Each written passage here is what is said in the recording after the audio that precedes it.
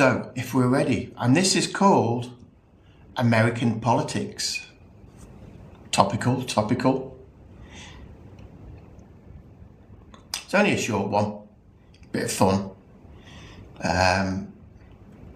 So, I shall begin.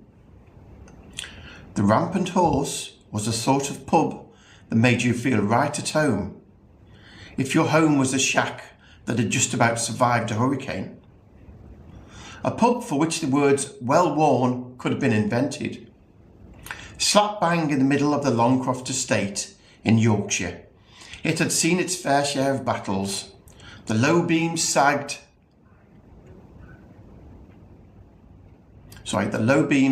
seemed to sag with the weight of distilled entropy, while the aroma of mediocre pub grub mingled with the subtle undertones of aged wood and threadbare carpets.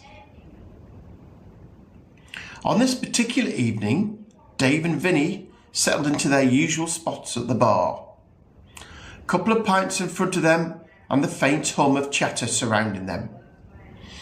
Vinny's scruffy terrier, Scraps, lounged at his feet, looking up with an expression that can only be described as hopeful, perhaps for a pork scratching or a crisp or two. "Hey, Vinny," Dave said, lifting his pint and gesturing towards the bar. "You reckon Ken will let Scraps have a packet of pork scratchings?" "For free, Dave? Not bloody likely. Ken's tighter than the lid on a jar of pickled onions."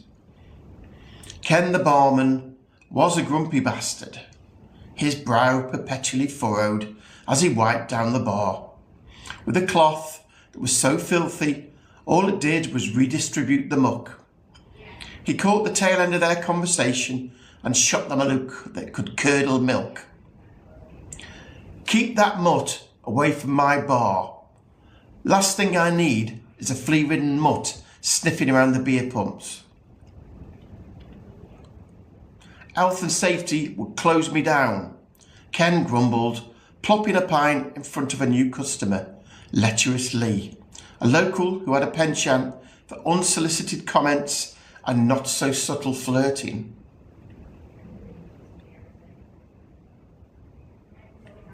"Yes, Ken," agreed Vinny, "because your bar top is such a shining example of good hygiene already, isn't it?"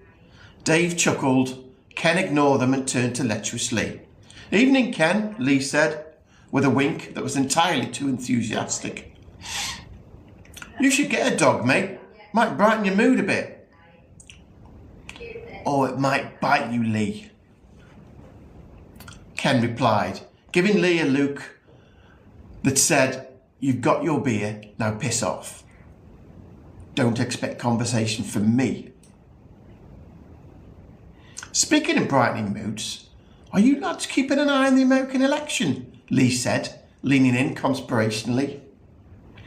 Before Dave or Vinny could respond, an American tourist sauntered over, his voice booming as he introduced himself.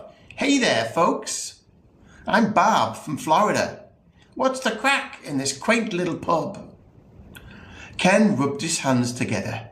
Nothing smelt of money more than tourists. Tourists meant overcharging for the beer. "Not much. Just the usual," Dave said, leaning back with an amused smile.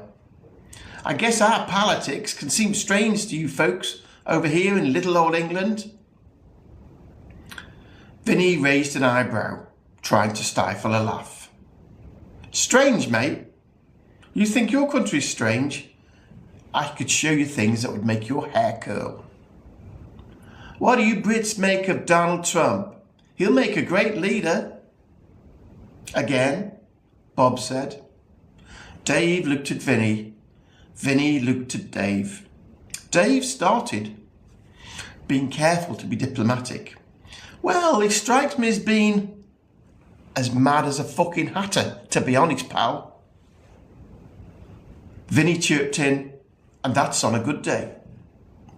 Bob's face looked like thunder.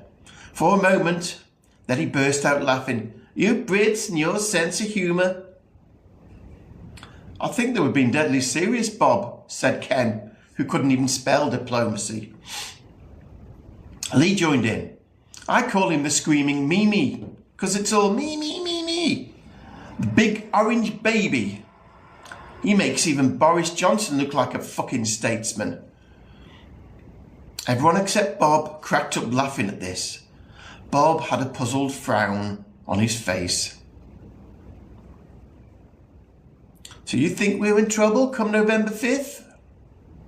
Mate, said Vinny, your politics were proper circus. And Trump is the head clown, added Ken helpfully. At that point, Bob stormed out of the pub muttering, stupid Brits.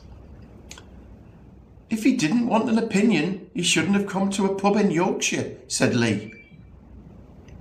You're not wrong, added Vinny.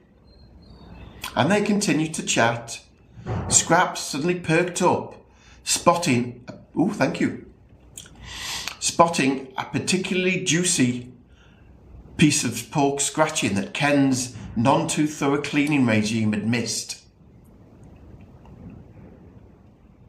With a determined lurch, he darted towards the bar, and before anyone could react, he snagged the snack and dashed back to Vinny, tail wagging furiously. Blimey, that dog's got better moves than you after a few shandies, Lee, Vinny laughed, as Scraps proudly chomped on his ill-gotten gains. As the evening wore on, laughter echoed through the Rampant Horse. Politics were for the outside world. Safe in their cocoon of familiarity, Dave and Vinny were content to quaff a few beers. There we go, little Dave and Vinny for you. Hope you enjoyed it.